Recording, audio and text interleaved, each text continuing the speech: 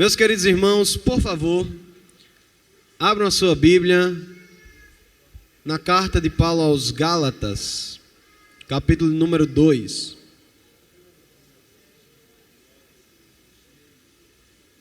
Gálatas, capítulo 2, versículo de número 20. Gálatas, capítulo 2, versículo de número 20.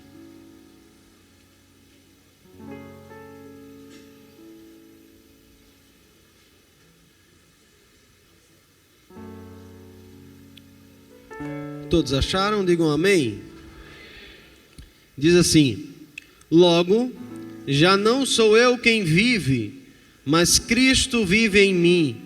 E esse viver que agora tenho na carne, vivo pela fé no Filho de Deus, que me amou e se entregou por mim. Meus queridos irmãos, um dos maiores filósofos que passou por essa terra foi um homem chamado Platão. Platão, ele contribuiu muito para o conhecimento filosófico de uma maneira geral. Uma de suas principais obras foi A República. E dentro desse livro, dessa obra, A República, tem uma história com E, um mito que ele vai contar, que para exemplificar as suas ideias. É chamado o mito da caverna. Nesse mito, os jovens que já estão no ensino médio ou quem já se aprofundou com alguma coisa de filosofia estão habituados a entender que nesse mito ele conta a história de uma comunidade que vivia dentro de uma caverna. Dentro dessa caverna, eles tinham interações entre si, mas nada fora da caverna entrava para dentro da caverna, nem muito menos eles saíam. Eles estavam fadados a viverem a sua vida dentro daquela caverna para todo sempre. As únicas coisas que eles tinham de fora para dentro seriam alguns vultos que eles olhavam pela parede da caverna, ou alguns sons que eles ouviam de longe, que eles não entendiam muito bem o que era, pensavam ser monstros ou alguma coisa assim, que os fazia ficar com medo e não sair da caverna.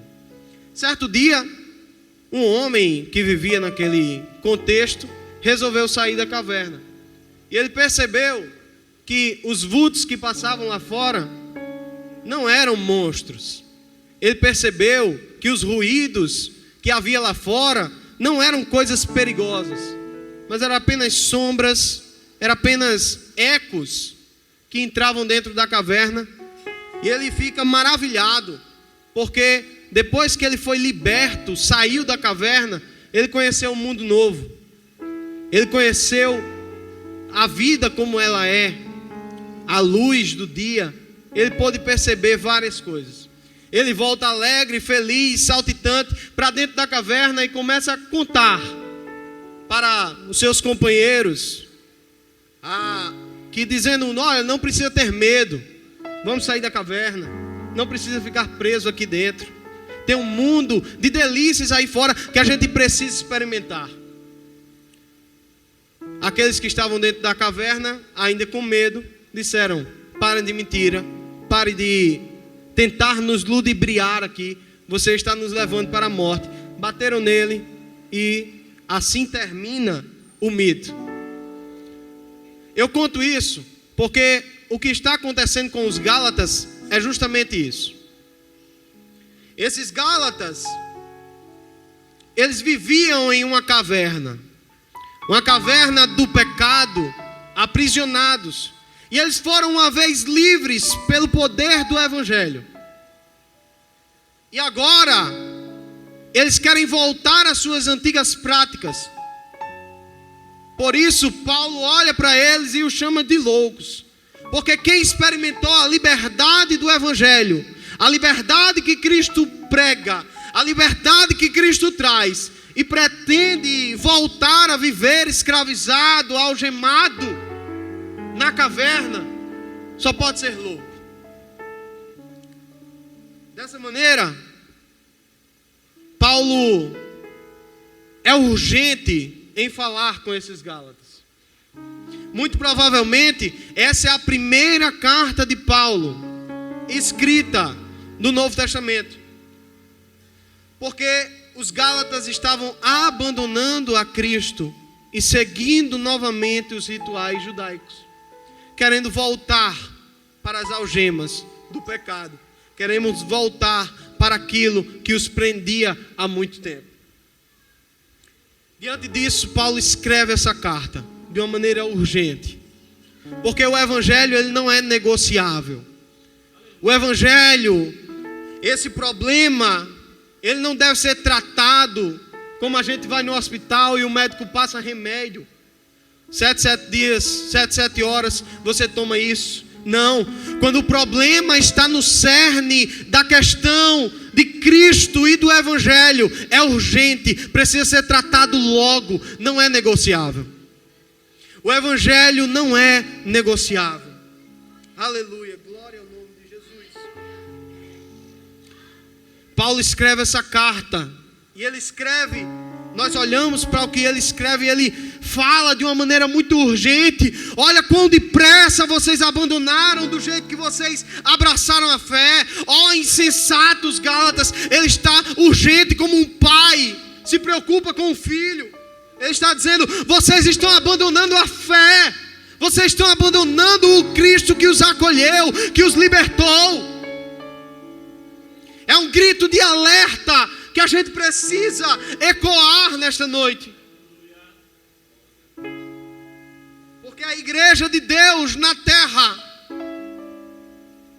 tem que estar atenta na sua caminhada, para não ser levada por qualquer vento de doutrina e se afastar do Evangelho.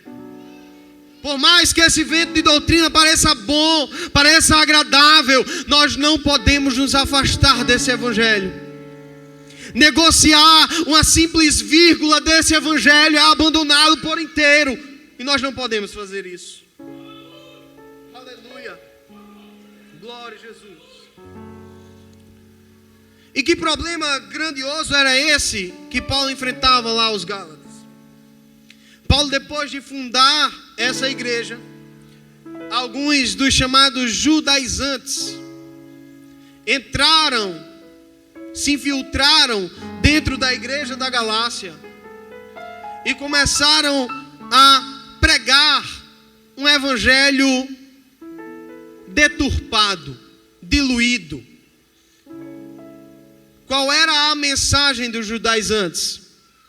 Eles diziam, ótimo que vocês creem em Cristo. É verdade, para ser salvo precisa crer em Cristo. Mas não é só isso que salva. Esse é o problema. A mensagem judaizante é Jesus mais alguma coisa. A mensagem dos judaizantes é Jesus mais obras.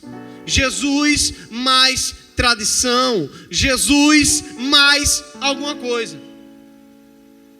E quando a gente acrescenta algo à obra de Cristo, a gente está falando para o Cristo que nos salvou que a obra que Ele realizou não é suficiente.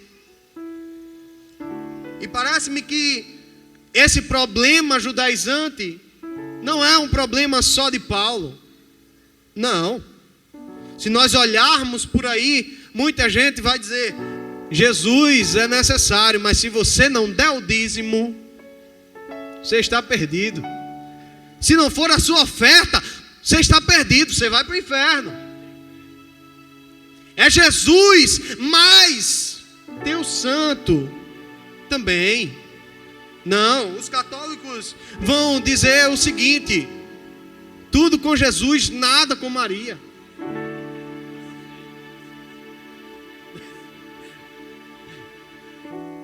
Nada sem Maria. Tudo com Jesus, nada sem Maria. Os espíritas vão clamar e vão dizer, olha, Jesus, mas a caridade também é necessária para ser salvo.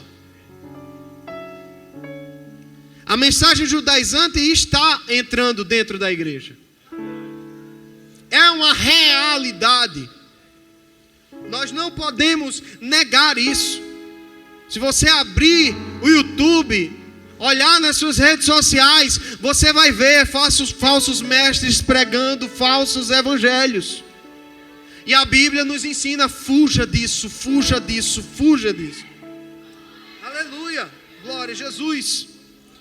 Dentro dessa mensagem judaizante, eles entravam dentro da igreja, e a primeira coisa que eles faziam, o modus operandi dele era invalidar a mensagem do evangelho, atacando o seu mensageiro. Eles entraram lá na cidade da Galácia, na igreja da Galácia, e disse: vocês seguem a Paulo? Vocês conhecem a história de Paulo? Vocês sabem quem é Paulo? Ele até um dia desse estava perseguindo. Até um dia desse ele estava matando. Até um dia desse, vocês vão seguir um evangelho que esse cara pregou?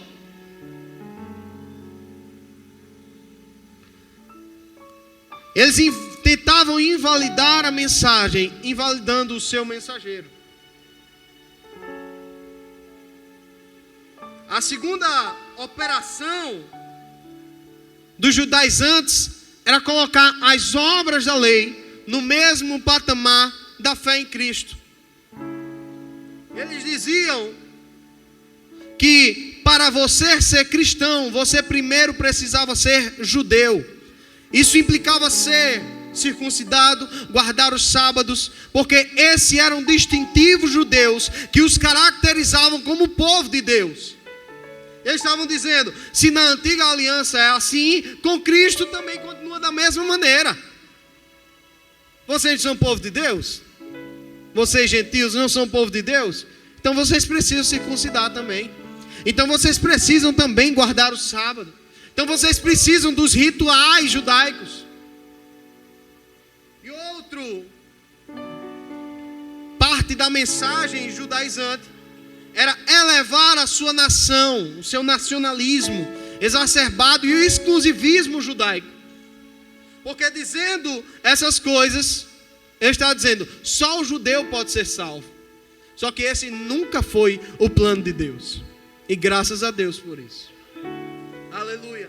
Quando nós olhamos para as páginas da Escritura Sagrada, nós olhamos estrangeiros sendo incluídos no plano de Deus a todo momento.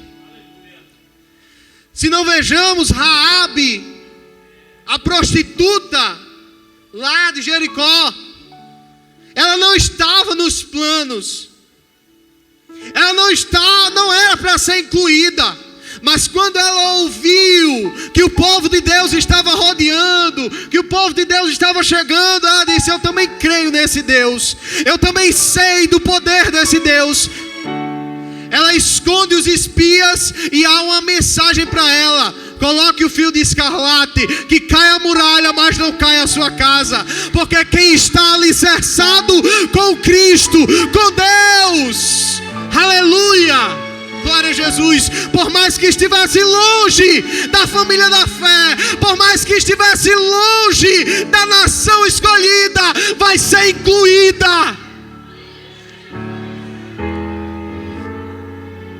Se não vejamos, aleluia, Ruth, Moabita, longe, mas ela encontrou um remidor que a incluiu no plano. Você não era para estar. Você era para estar longe. Você não foi incluída na lista. Mas há um remidor para você, para dizer: eu lhe coloco na lista novamente. Aleluia, glória a Jesus. Eu lhe incluo nos meus planos.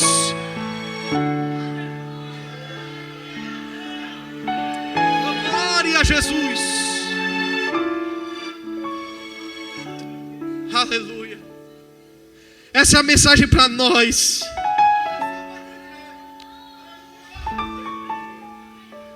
Nós não somos judeus. Nós não fomos escolhidos pela linhagem, pelo sangue, pela descendência, por cumprir alguma coisa. nós fomos incluídos nesse plano. Paulo vai dizer aos romanos que nós somos zambujeiro bravo, que foi incluído na oliveira verdadeira, que é Cristo Jesus, enxertados. Aleluia. Os judaizantes pregavam tudo isso, e a igreja estava sendo seduzida.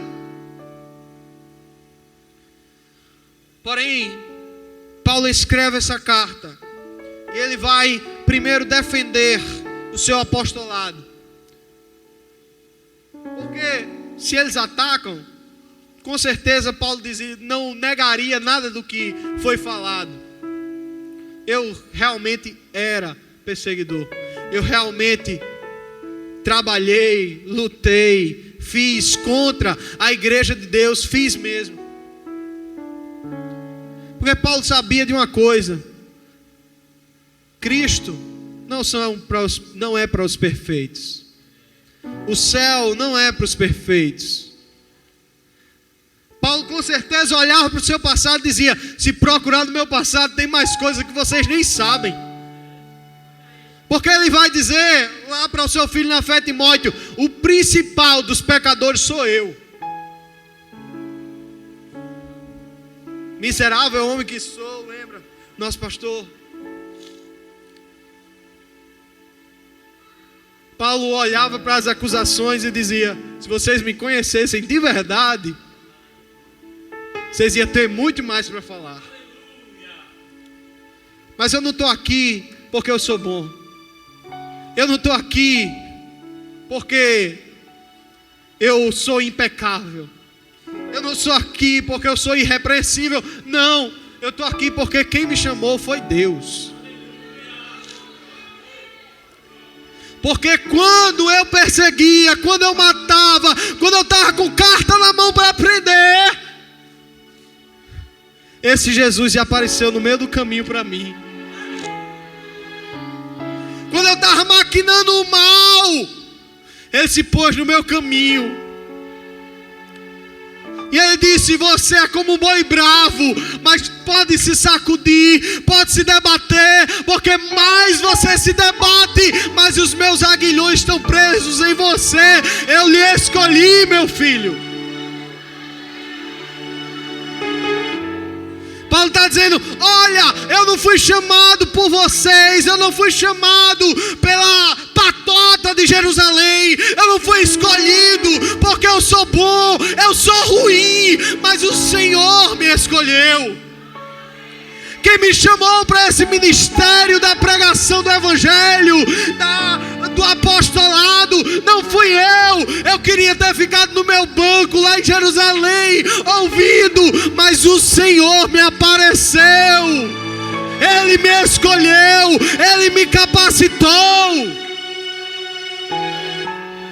Saiba de uma coisa, meu filho: quem lhe chama é o Senhor. O ministério Ele colocou nas suas mãos. Ele não perguntou a ninguém. Ele não quis saber quem foi que lhe indicou. Ele não quer saber da sua linhagem. Quando Ele entrega um chamado na vida de alguém, é porque Ele quer. Aleluia. Você não precisa dar justificativas para ninguém. Quem lhe chamou foi Deus. Aleluia. Glória a Jesus. Ele defende o seu apostolado dizendo: quem me chamou foi Deus. E tem mais: eu fui lá em Jerusalém, apresentei-me a todos os apóstolos, e nenhum disse nada. Por que vocês agora estão falando alguma coisa? E ele vai mais além, dizendo: olha, quando eu fui uma segunda vez lá em Jerusalém, tratar desse assunto específico, Atos capítulo 15, foi eu, Barnabé, e eu levei Tito comigo. O que é que ele estava dizendo? Eu levei, foi um grego comigo. Ele não circuncidou, ele não fez nada, ele não se tornou judeu não. E o colégio apostólico olhou para ele e disse: ele é crente. Ele é crente. No meio da discussão, o que é que os gentios precisam fazer? Eles precisam circuncidar, eles precisam guardar o sábado, eles precisam cumprir os rituais judaicos. No meio da discussão, Paulo chega, leva Tito e diz: quer o resultado aí da fé em Cristo? Olhe para a vida dele. Olhe para a vida dele. Veja se a fé que alcançou vocês, que o Cristo que alcançou vocês também não encontrou ele. Aleluia, glória a Jesus. Porque sabe qual é o argumento do seu ministério? Os frutos que você dá. Você não precisa responder nada a ninguém, os frutos vão falar sozinhos. Aleluia. Ah, eu sou aquilo. Continue trabalhando. Ah, eu vou responder. Continue trabalhando. Quem vai dar resposta por você são os frutos que você gera. Aleluia, glória a Jesus. E Paulo vai mais além. Capítulo 2, antes de a gente entrar nos versículos que lemos, vai nos narrar que Paulo, quando esteve, aleluia, quando Pedro foi até Antioquia, ele vai dizer: Pedro estava lá conversando com todo mundo, tranquilo, todo mundo grego, todo mundo gentil, conversando, batendo papo. Mas quando chegou os da parte de Tiago, quando chegou o pessoal lá de Jerusalém, ele começou a desconversar, começou a sair do lado, começou a fazer o grupinho, a excluir os gentios. Ele vai dizer: eu me levantei e disse assim: você está errado. Irmão, isso é pesado. Paulo está se levantando contra Pedro, um dos principais apóstolos de Jesus, o líder da igreja do primeiro século. Ele está dizendo: você está errado. E eu acho interessante quando Paulo fala sobre isso, que ele vai dizer: eu repreendi a Pedro, a Cefas, porque ele era repreensível. Isso é uma lição para nós, irmãos. Uma lição para nós. Porque aqui dentro da igreja de Deus não tem ninguém maior que o outro. Todo mundo aqui é repreensível. O seu cargo eclesiástico, a responsabilidade que você tem, não lhe impede de ser repreensível. Porque aqui o que vale não é hierarquia. Aqui o que vale é palavra. A régua de medir aqui é a palavra. E diante dela, todos nós somos repreensíveis. Fez errado, palavra. Saiu do eixo, palavra. A vara de medir está aqui. A régua está aqui. Como diria os antigos, o prumo e o nível está aqui, ó. Do pastor presidente a mais pequena criança, a régua é aqui. Aleluia, glória a Jesus.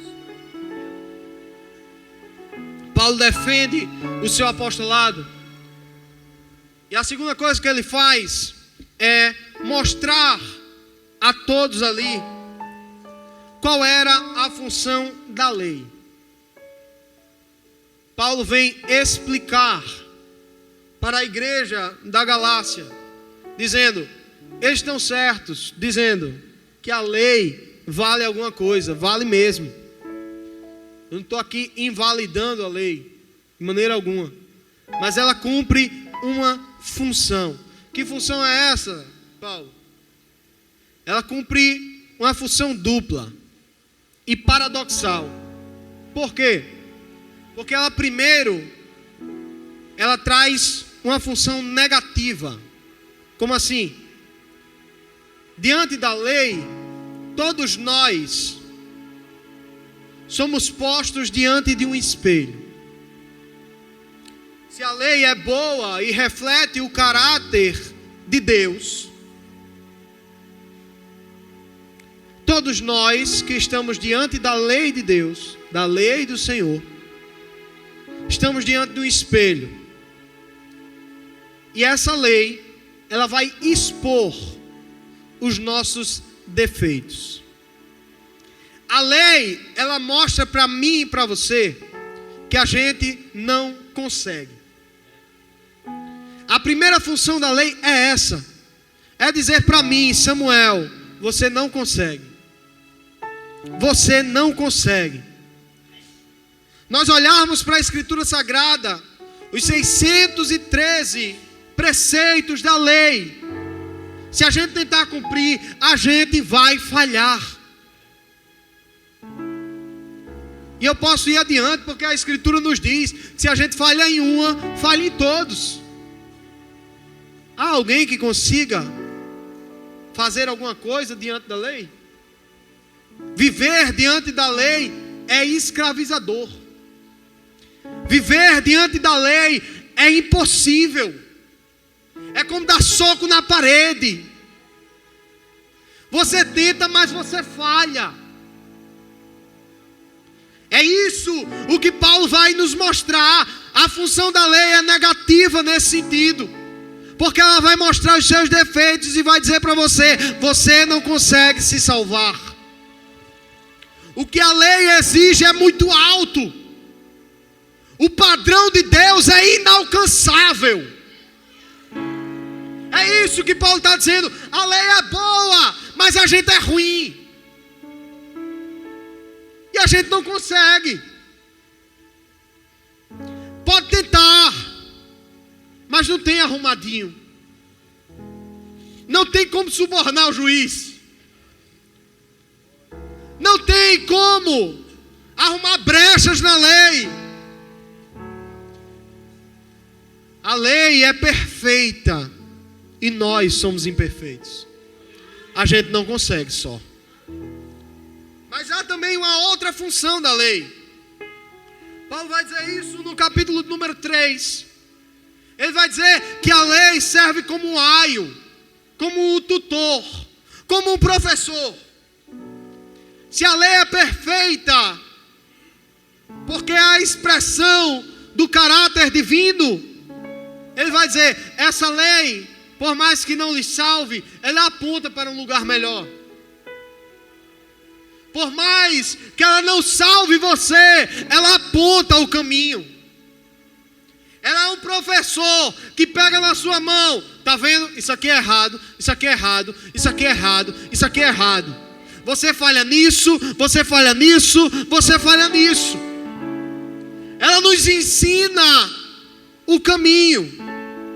E ela nos leva e nos conduz ao perfeito. A função positiva da lei é justamente essa: nos levar para aquilo que é perfeito. E aí, meus irmãos, entra a grande questão.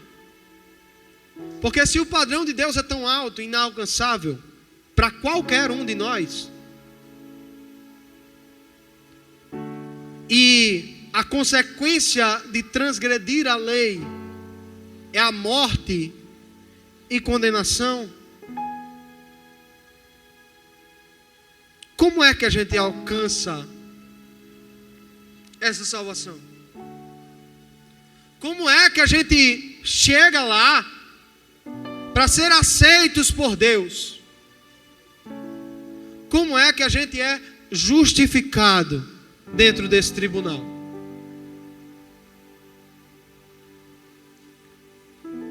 Paulo vai argumentar e vai dizer: a lei exige perfeição. Em vocês não há perfeição, mas há um que é perfeito. Há um que é perfeito. Se a lei exige perfeição, eis aí Cristo. Se a lei exige um cordeiro sem mácula, eis aí Cristo. exige o sacrifício perfeito. Olhe para a cruz. Aleluia!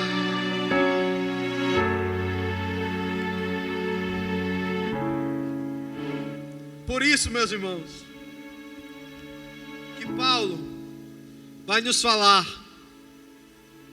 versículo 19 do capítulo 2, que mediante a lei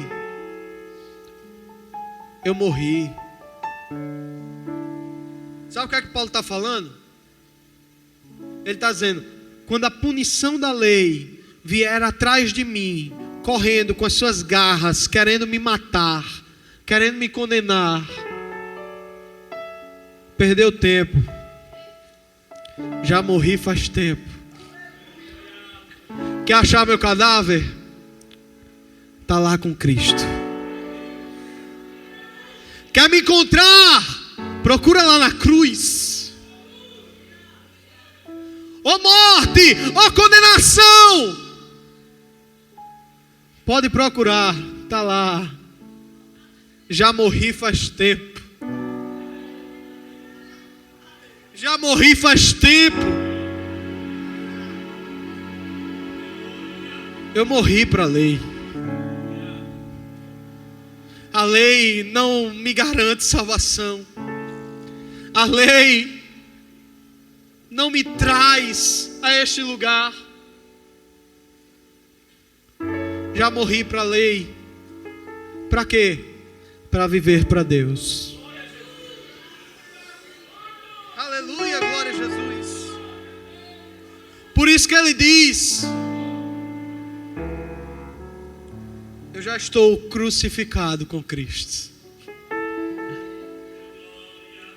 Logo, quem vive já não sou eu, mas Cristo vive em mim.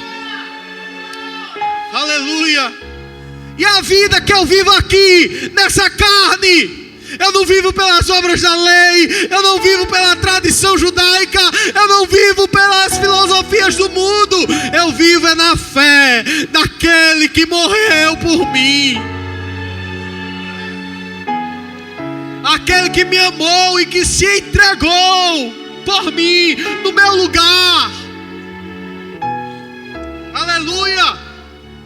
Quando a morte veio pegar a mim e a você, ela se encontrou com Jesus de Nazaré, que disse: eu levo a culpa por ele, eu carrego a cruz por ele, eu morro por ele, mas tem uma coisa, eu ressuscito por ele também. Glória a Jesus.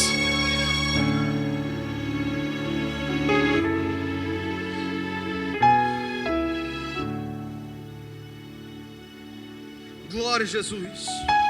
É por isso que Paulo aos Gálatas vai dizer: o justo viverá da fé. E dentro do contexto dos Gálatas, nós podemos muito bem aplicar que o justo aqui não é eu e você.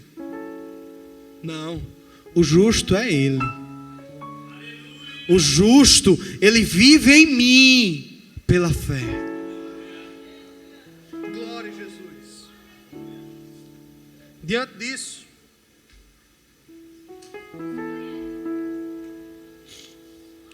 não é pela nossa própria justificação, pela força do nosso braço, pelo tanto de dinheiro que a gente tem, influência que a gente possa ter. Nada pode nos salvar a não ser Cristo. E a obra de Cristo é perfeita. Diante de tudo que foi falado, eu gostaria de saber se tem alguém que deseja aceitar a Cristo como Salvador da sua vida.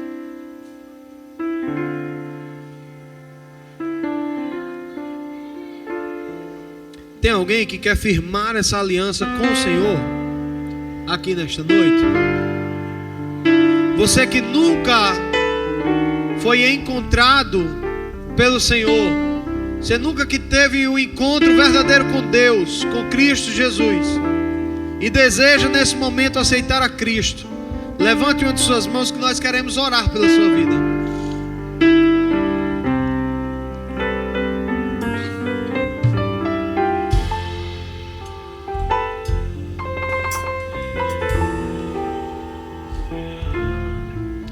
alguém que quer aceitar a Cristo como Salvador nesta noite?